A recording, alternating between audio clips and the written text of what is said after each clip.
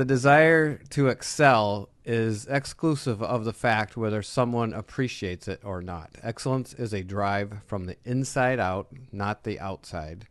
Welcome to the Leadership Currency Podcast, the podcast dedicated to helping leaders be free from the nonsense that keeps them from being their best self, centered around discussions about leadership development through the lens of ancient truth and timeless wisdom. And now your host, Dr. Doug McKinley.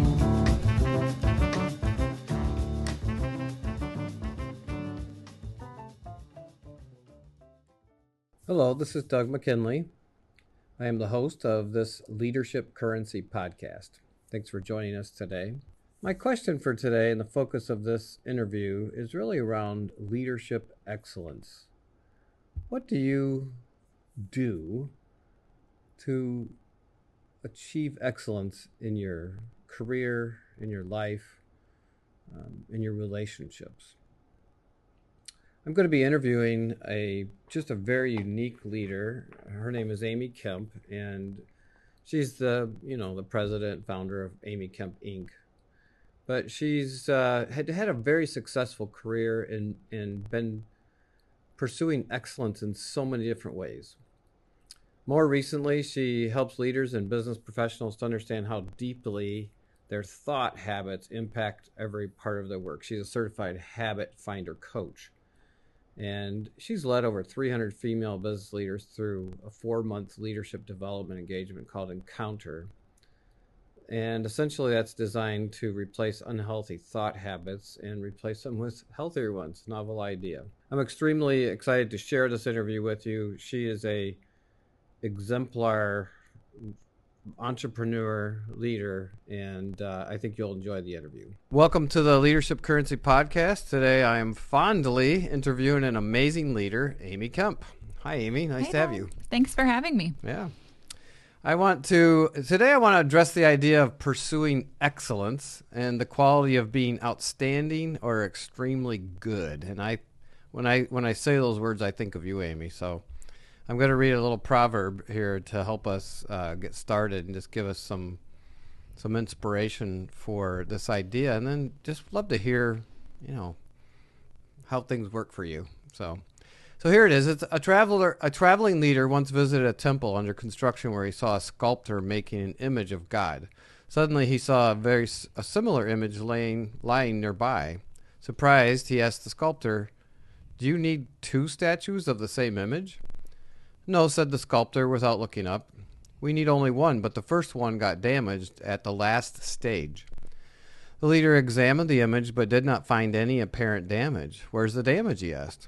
"There's a scratch on the nose of the image," said the sculptor, still busy with his work.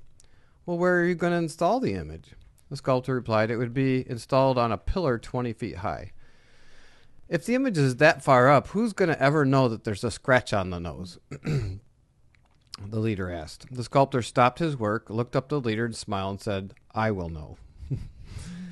The point is, the desire to excel is exclusive of the fact whether someone appreciates it or not. Excellence is a drive from the inside out, not the outside. It is not for someone else to notice, but for your own satisfaction and efficiency. And there's an old saying, don't climb a mountain with the intention that the world should see you. Climb the mountain with the intention to see the world. So, Amy, I just love who you are. I love your work. We've known each other, 7 or 8 years now. Is that about right? Probably. Maybe just tell my audience a little bit about your story. How did you find your way to excellence and leadership so young and so powerfully? Just tell us about you. Sure. That's a beautiful story because I think especially maybe the last 7 or 8 years has been a shift for me from working for that external affirmation and recognition of my work and myself to a much more grounded, intrinsic drive, groundedness, rootedness. I saw it always that way, but you're saying it's been evolving. Absolutely. Interesting. I think I was an athlete. I was an overachiever. I got straight A's. I played basketball in college. I was always on successful teams. And I think you kind of get conditioned to work for that external approval and applause and performance-driven feedback. And there came a point, actually right about the time I met you, where it just wasn't doing it for me anymore. I had built a really successful business in direct sales. I started out as an educator, but was far too ambitious to stay in education for long. I outgrew it quickly. I knew I couldn't get paid more unless I got older and or became a principal or administrator, and that didn't seem very appealing to me. And so I started a business on the side thinking it would just be an outlet, something that I could do for fun, and it grew and exceeded my wildest expectations. No doubt. There was a lot of public recognition. I was famous in a small world of that company, I would say. I still am. But there did come a time where nothing felt like enough. It felt like there were times when I would be at an event and being recognized, and I was almost outside of myself watching. I wasn't really there anymore. And it felt really unsettling because that world felt very safe to me. But I knew that I was being called to do some different kind of work. And so... Yeah, Lynn Twist, who's somebody I followed, she has a saying that you can't ever get enough of what you don't really need. Oh, isn't that something? so true. Yeah. So when I met you, you were at that place where you were like exploring, like what's going on here? Why am I feeling this way? Particularly because I was number one in the nation. Right. I mean, my team was, not me, but the team I was leading was number one in the nation, and it seemed like I was on top of the mountain. And maybe that's what happened. Maybe I got to the top of the mountain and then realized, is this all there is? Yeah, maybe.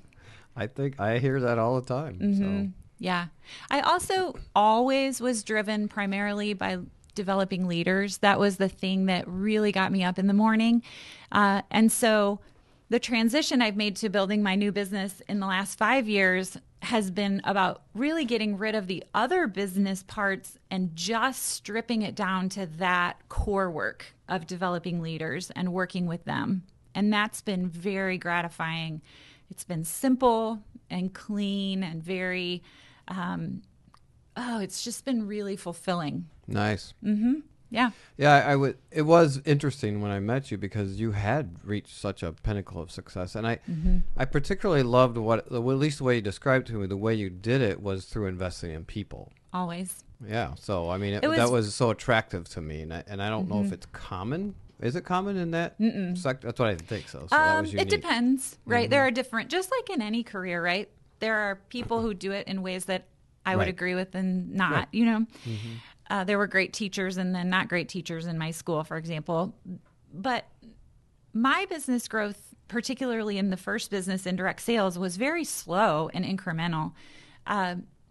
It was very much built on sitting at people's tables in their houses and hearing their stories and knowing their kids and learning about their families and what drove them. It was very slow, but it was very authentic. And people passed me up along the way.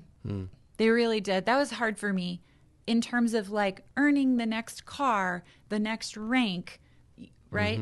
But I also know when the economy shifted or when things changed, my business really wasn't impacted as much.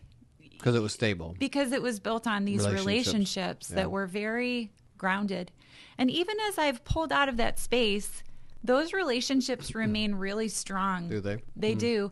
I'm eternally grateful to particularly the leaders that I developed in that space for giving me the freedom to move into a new space and still valuing our relationship and maintaining that.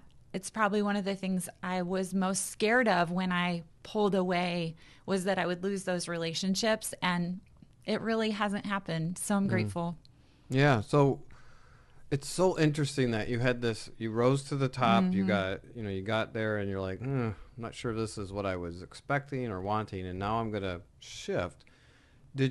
as you look back, what were the success clues that were so helpful in that? Was it relationships that you now brought into this? We're going to talk about your new business now, but what was transferable and what did you have to leave behind? Do you have any thoughts about that? Yeah. I'm getting off script here. So That's okay. I'm good off script. Yes, I know. I had to leave behind a lot of groupthink.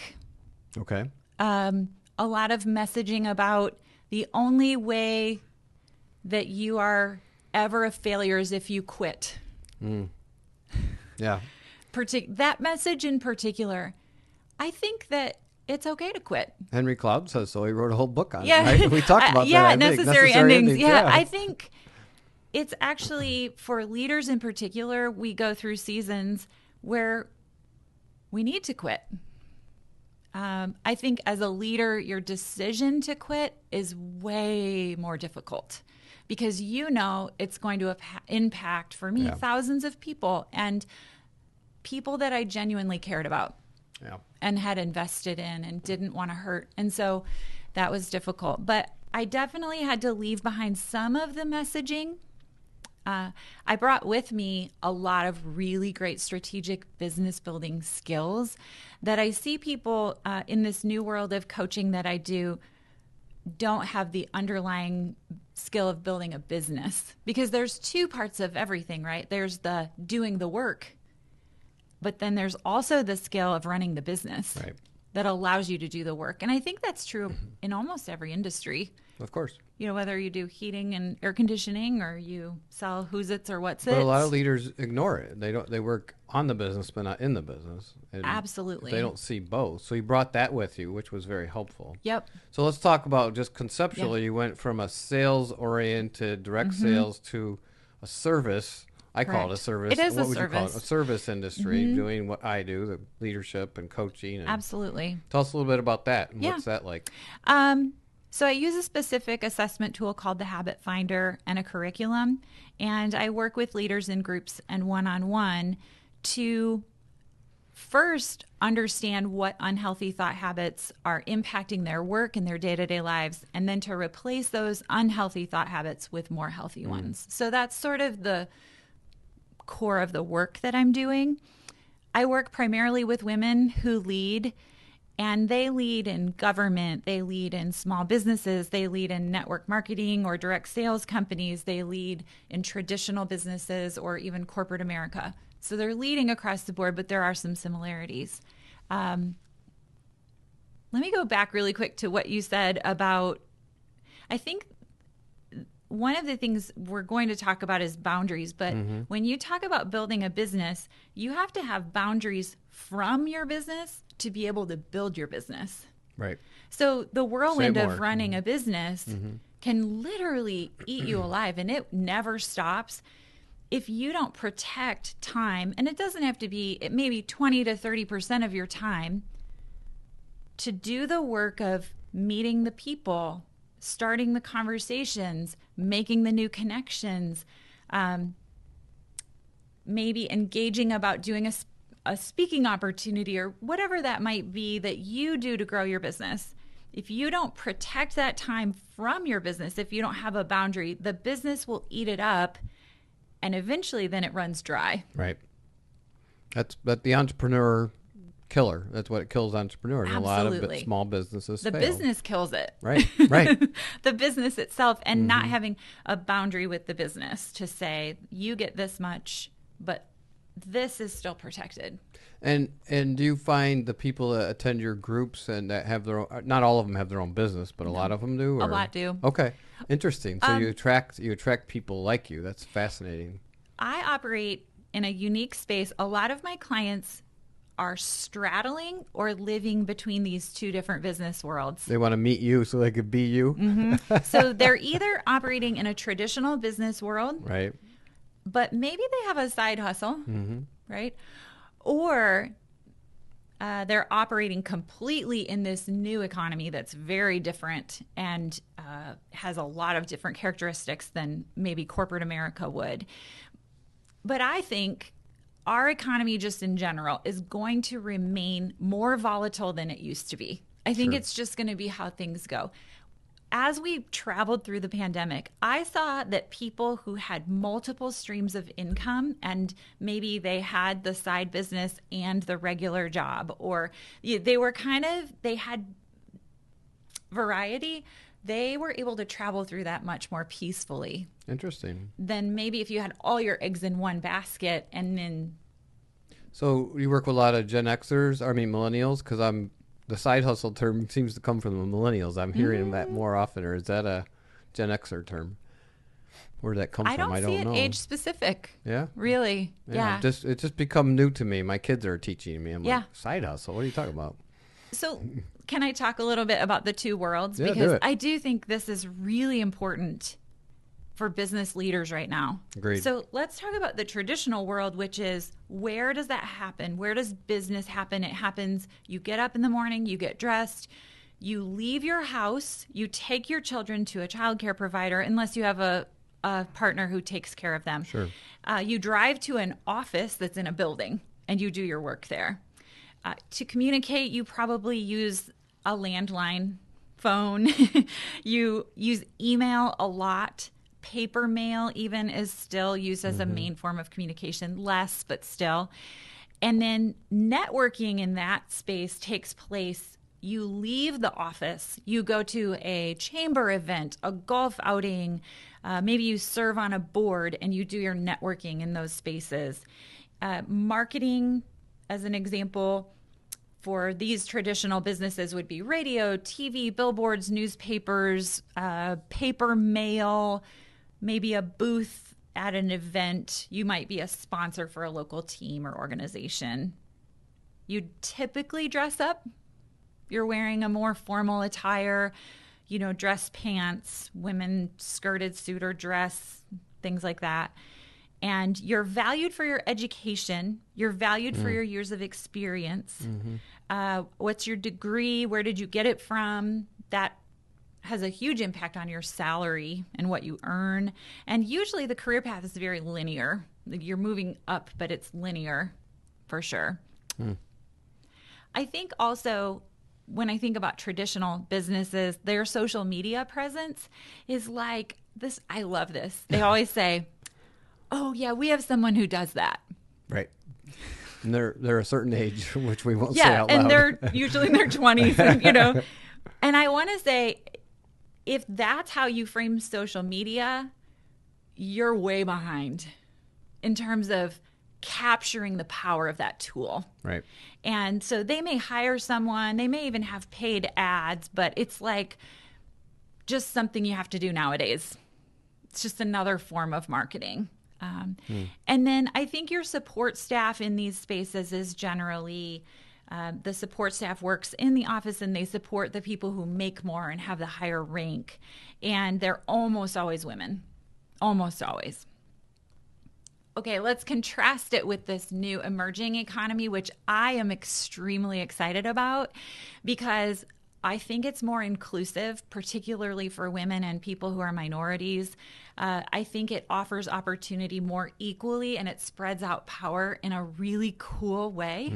So in this new world, you work from home, you work in coffee shops, you work anywhere we have great internet, anywhere. Most don't have a physical office location. We use, I'll say we because I feel like I've been part of this world for so long, text messages, Facebook Messenger, Instagram private messages, Zoom, FaceTime before it was cool and everyone did it. We use that. We even use apps like Voxer, Marco Polo, things for a more holistic virtual communication experience, I would say. Networking, and I will add that in the traditional world, those networking events, chamber events, golf outings are nearly impossible, particularly for women who have children. Sure. 7 a.m. and 4 p.m. are the very worst times that you could have an event for me to attend. Right. I can't do it. That's when I'm taking my kids to school. Those are the most important times for my family, for me to be available. golf takes 3.5 hours. Oh, that's on a good round. Usually Right, 5. right. I mean, I don't have time to Quit do laughing, that. Nick. It takes 5 for me, 3 for you. So networking in this new world happens mostly through social media. It happens at family and kids events. Sometimes I flit in and out of chamber events. It's not that I don't go, but most of my networking is just an extension of my daily life. And as my life travels, so does my business. Sometimes even our lives are the business. So, for example, a social media influencer is earning income just by living Yeah, that's true. and sharing it. Right. Yep. Marketing is fascinating, largely through social media, Facebook and Instagram, some Snapchat, some TikTok, some YouTube.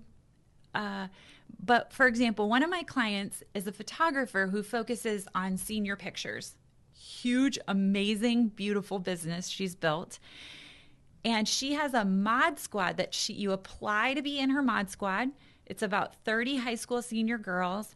And when you're in her mod squad, you get extra images and fun photo shoots. She'll do a photo shoot at the fair, and you wear themed clothing, and you're with a group of So it's girls. like the whole year they get senior pictures? Whole year.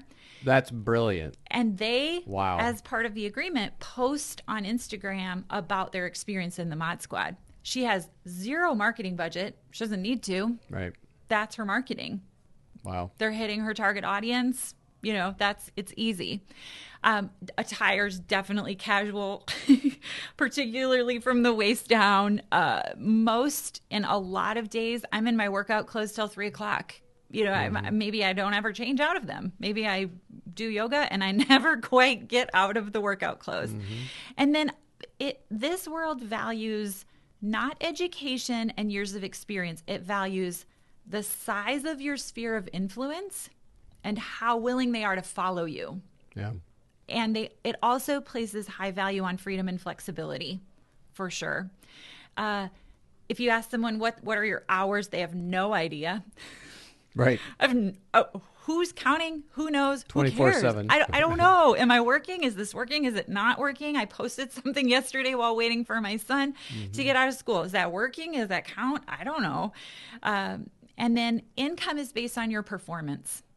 So not on the number of hours Right. you work, but on your productivity and what you're contributing and the value of what you're contributing to the world.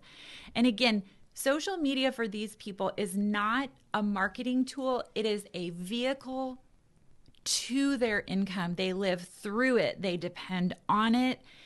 It's how they create money. They don't log off.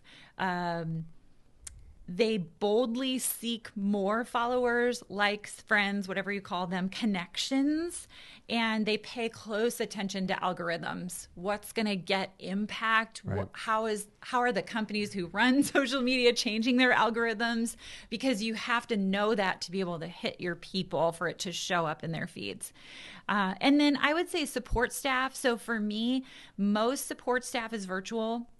It's usually a broad, few different people doing different things for you. And largely those people, for example, my business manager, I've never met in person. She lives in Boston and works from home. And she does a lot of the structural things for my business. So kind of like working as a consultant. She's not really an employee. Right. Okay. So I'm talking a lot, but I find this so fascinating because I feel like you were in the middle of this transition and you kind of straddle both worlds also. My person lives in the Philippines. I've never met her. I never will meet her. Totally. Yep, and so. even your work, you work with people in traditional environments, but you're working from home. Always. Yeah, you described my life now. It's so fascinating. I do And I'm old. I'm 60, so I'm hip. I'm a hip 60. I like that. Actually, it was by necessity. Yeah. I heard something recently that I want to go back a little bit. I heard through I can't remember his name, Jason or something. He's a generational expert, Gen Z and millennials. That's his thing. Yeah. And he said this. He said millennials are not technology competent. They're technology dependent. 100%. And I'm like, what? And then it occurred to me that they don't know how to, like when I go to my kids and say, they figure it out. Yes. Because they have to, because it's part of their life. 100%. That's interesting. So you agree, huh? But they oftentimes don't understand or know the tools very well. Right. But they do it because they're dependent. Absolutely.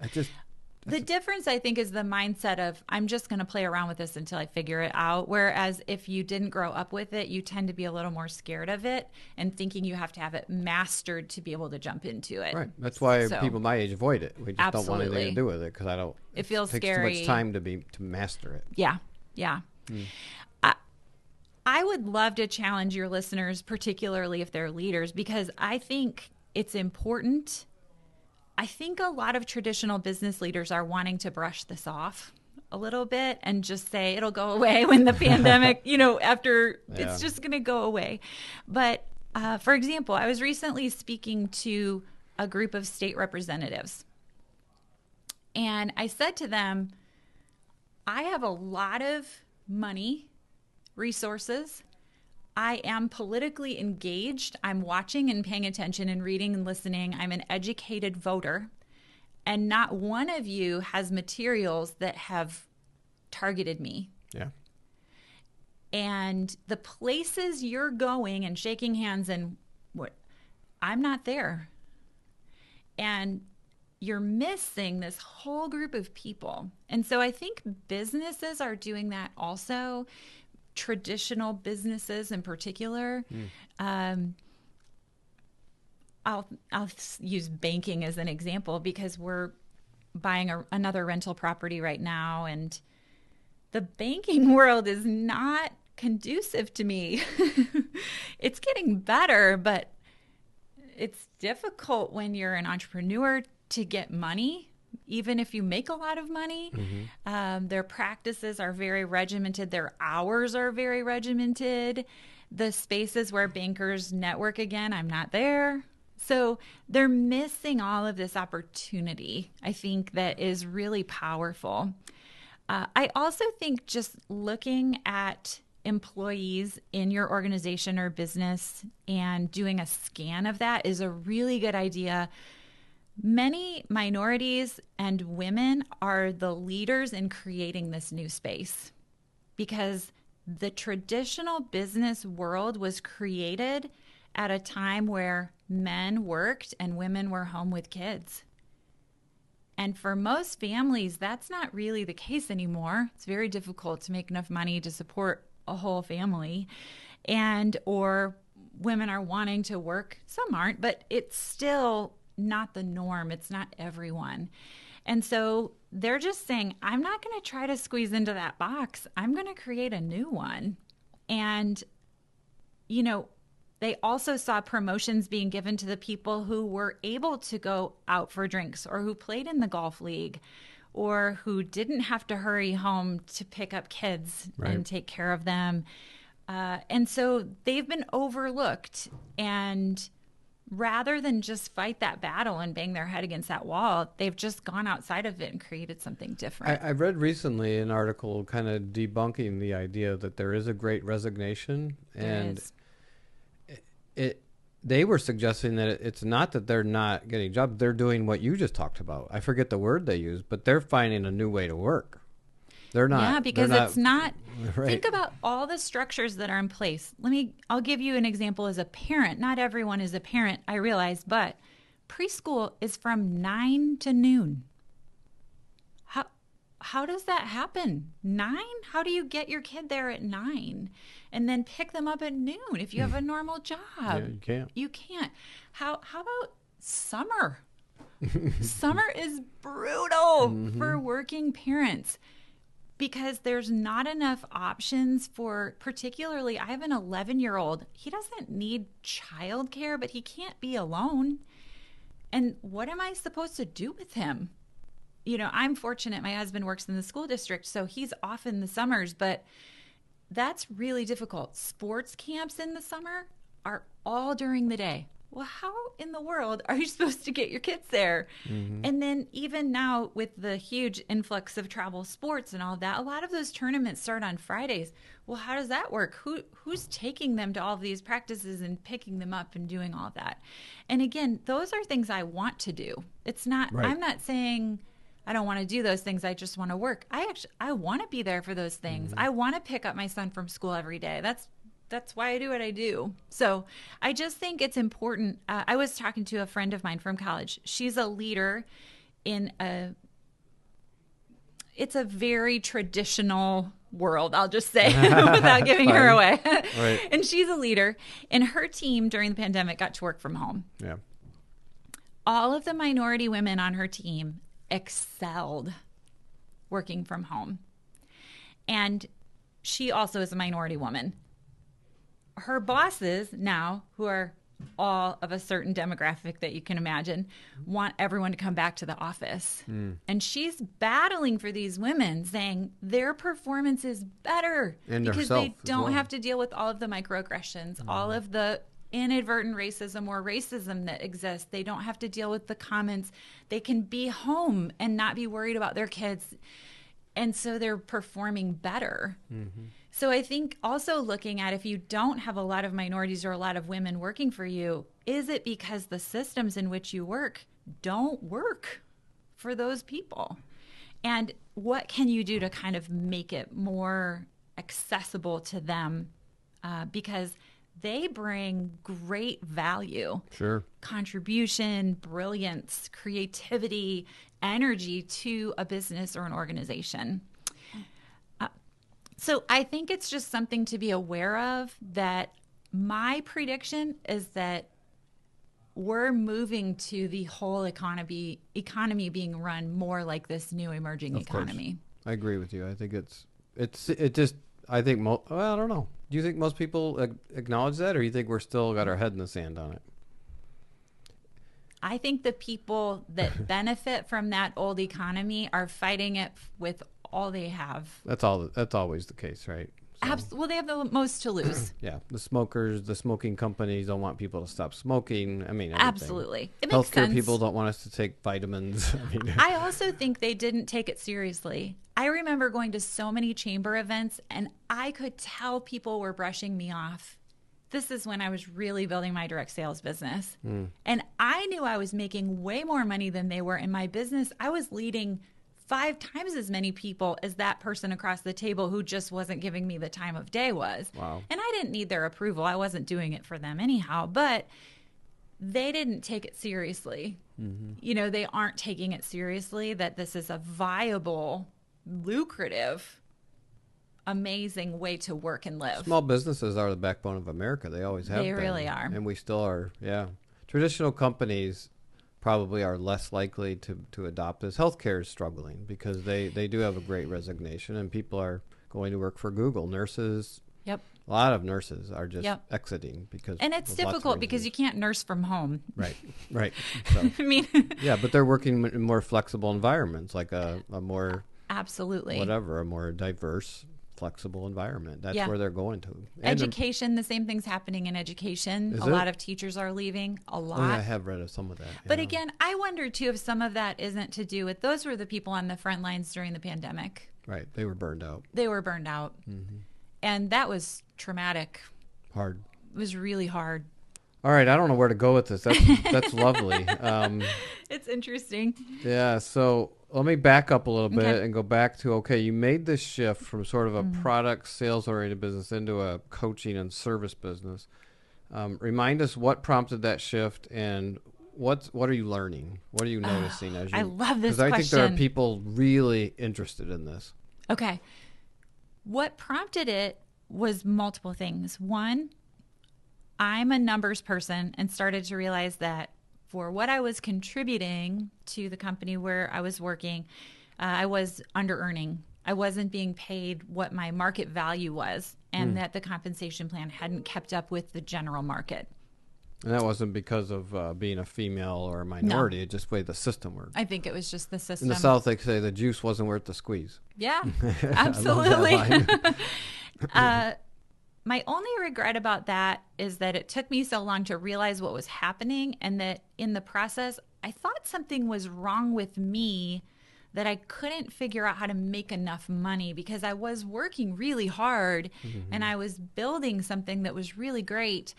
And I felt like, what's wrong with me that I still can't provide enough for my family? And so I had a very life-changing conversation. We had a meeting with our financial advisor, and I absolutely trust and admire her. Her name is Tess, and she had given me all these forms to fill out, income, all of the things that you do for a financial advisor. And we were sitting in this meeting. I remember maroon burlap chairs. The air conditioner was blowing. I remember what I was wearing. And she said, I've reviewed all of your documents. You are absolutely living within your means, budgeting. You're not being unwise with your money. You are really doing well managing what you have. However, in order to achieve the goals you're telling me you have, you're not making enough money. And it felt like all the air left the room. It felt like a vacuum. And then it felt like a spotlight was on me, because I knew my husband is an administrator at a high school. It's not fixed income, but it's pretty close. It's capped as a range. Plus, it's very demanding. He loves it. He's great at it. He wasn't going to make a change, and he didn't have time to do anything else or energy. But I knew I was the one that had the, I don't know, burden is the right word, the opportunity to provide more for my family. And so that happened. At the same time, I kept on having conversations with women I knew who lead. And I don't even know how I know them all, right? It's just through life, sitting at a game, talking to someone here, a client of mine, whatever. And they all were saying the same things to me. I'm lonely. I'm exhausted from the demands of life at home, the demands of leading at work. I don't have anyone to talk to, because in both of those spaces I'm leading, and it's inappropriate for me to share how I'm doing with the people I'm leading. All of my peers aren't me. They're men, typically. I can't even tell you how many times I had the same conversation, and I knew if I could get these women together, that there could be some sort of magic that would happen in these conversations. Sure. And I knew I could facilitate it, and that they trusted me enough. And so, through a series of events, decided to use the tool that I use now, and started with just 2 groups of women who lead.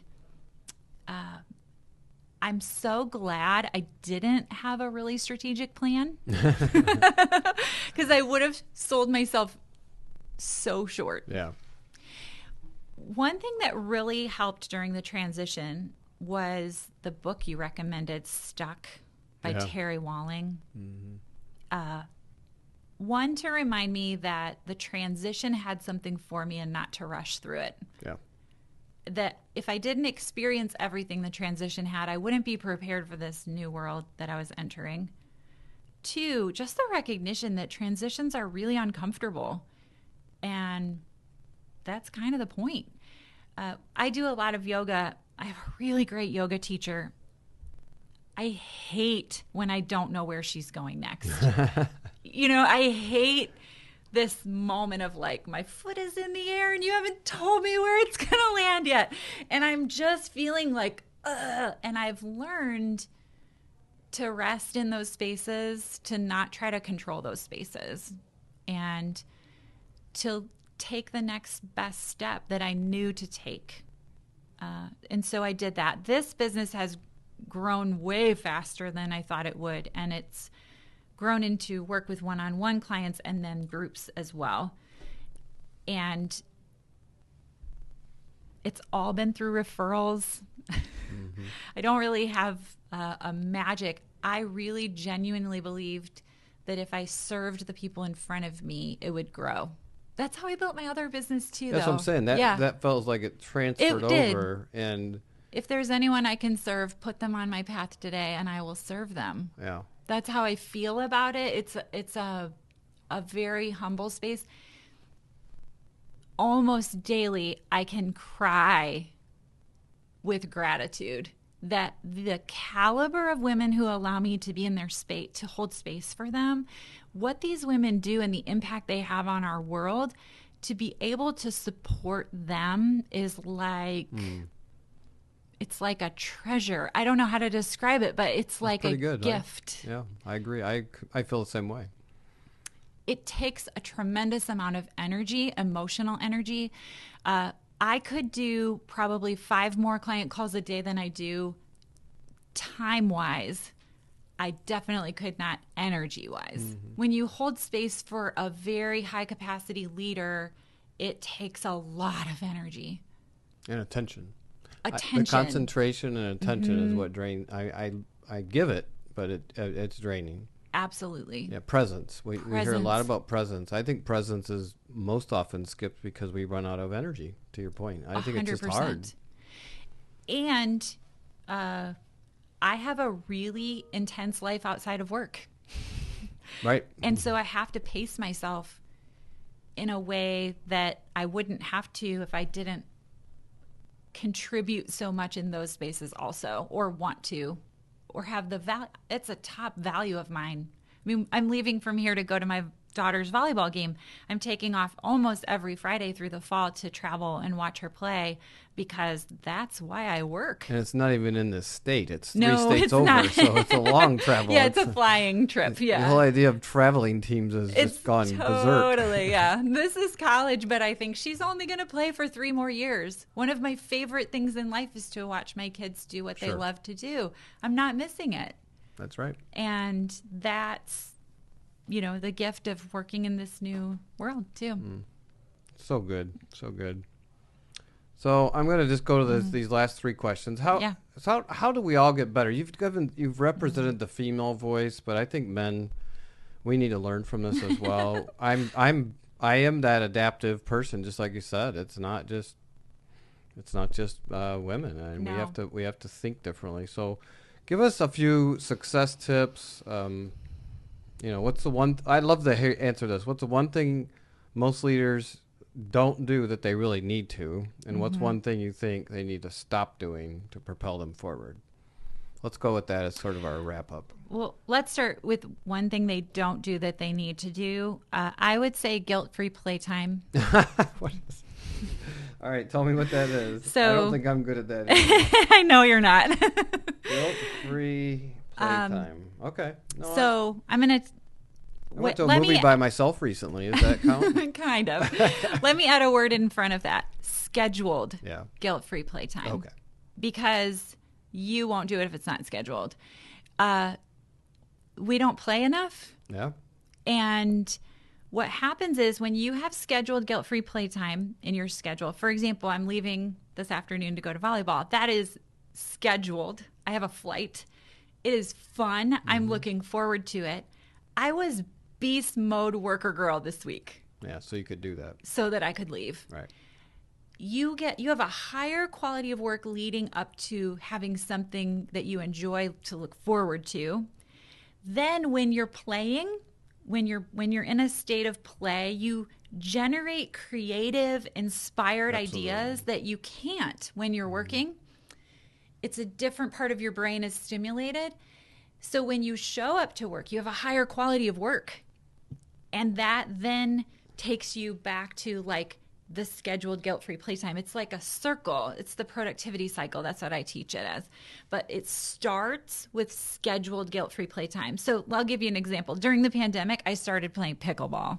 Everybody did, I think. Goodness gracious, is it ever played fun? Twice. I haven't I done mean, it is so fun. I laugh. I can't stay out of the kitchen. I keep falling into the kitchen and I lose a point. It's driving me crazy. I'm just good enough to like have hope that I could be, right. Anyhow. But when I'm playing pickleball for 2 hours on Monday night, I don't think about anything but pickleball. And I leave there feeling so great. Yeah. So it's finding those spaces in your world that are life-giving. For some people, it's dinner with friends. For some people, it's reading fun books. Oh my gosh, I love to read fun books. I don't even know what that is. Okay. Harry Potter, is that a fun book? I read that. Yeah, there's a really great new series that 15 I'm years reading. ago. So good.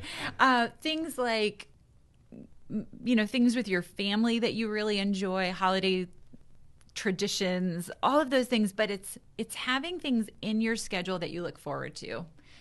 It can be Lovely. so many different things, but I think that's one thing that leaders undervalue. It feels like not productive. And I would just so challenge that and say it's actually the greatest gift you can give the people you lead. I did a whole podcast on it in the summer. I don't know if you know that. It was on I did. recreating yourself and a whole thing on play. So Yep.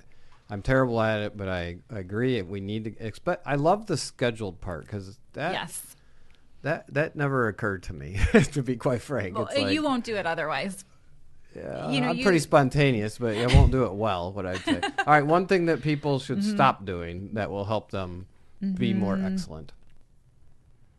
Just one. I'm sure there's many, but I know. what one comes to mind? I think the one that comes to mind the most is to stop thinking that you have to know the whole plan, every step of the plan to start to create the new thing. So I was taking a walk with a friend this week. She's brilliant. She's built 2 successful businesses, both that her husband runs, but really she kind of really built them, but he's awesome too. Anyhow, she wants to start her own business. Sure. And it's bringing up all this noise in her head because I think the other ones, she circumvented the noise by thinking it was like his. And now when it's for her, that feels totally different.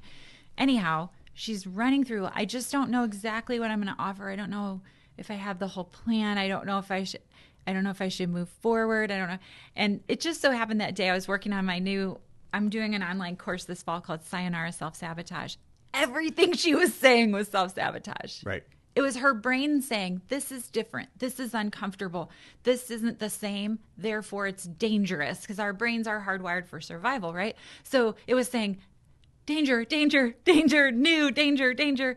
And as soon as she saw it for what it was and said, oh, I don't have to have the whole plan. I can do an offering. And if it doesn't work, then the next offering I can do differently. I can play around with the offerings. I can make up a new one whenever I want to. As soon as she saw what she was doing, she texted me the next day and said, I took this step, this step, this step, this step. She didn't even need to know. She just needed to recognize that what was happening was that her brain was telling her, you have to have it all figured out before you move forward. And you just don't. I don't know if you went to the summit this year. You said you didn't. John No. Acuff wrote a book, and he talked about this, that I agree with him. He thinks the number one thing we need to stop doing is overthinking. Which is the same thing. It's the same thing. Yes. He wrote it's coming out. It's called Soundtracks. And I'm listening to him. I'm like, I do that. Yep. I do that. I'm like, Yeah. I think it's the same Our thing. energy, and I think it's technology, our energy gets so focused in our brains and we stop trusting like our intuition, our bodies, our feelings, our gut, because our brains are so hyperactive that all that energy is just up in our heads. So we're just thinking. And I think when you think that much too, it just leads to paralysis. Sure, it does. You don't move into action. So You have such a beautiful, you always have, but today a vibrant confidence. And I just love that. And I love that you represent the female voice, but to me, it's gender neutral. You just rock it. It's so cool. And excellence is your thing. Like when I first met you, you had vision maps. I'm sure you still do, with pages and pages. You visualized everything before it happened. I think you even visualized some of the stuff we were working on together. It's like, wow. yeah. So thank you for just putting it out there. Thank you for holding space for me at a really pivotal time in my leadership journey where it felt very vulnerable. It felt very scary. It felt very uncomfortable for me. And you provided a vehicle through which emotionally I could travel that journey. And I see it obviously in hindsight. You can understand what was happening so clearly, but when you're in it, you need someone from the outside who can look at it objectively, and you really provided that sounding board for me. And I think you also made me realize I had what it took. Oh gosh. But I was questioning that, and I needed someone to remind me that and to reflect that to me so desperately. And so I'm so grateful that it was an honor, and I told you I'll probably be working for you someday. I probably will. So I don't know if I want to have employees. I know, me neither. I'm a free spirit, so I don't know, but I would love to work for you. Hey, thanks for joining us today.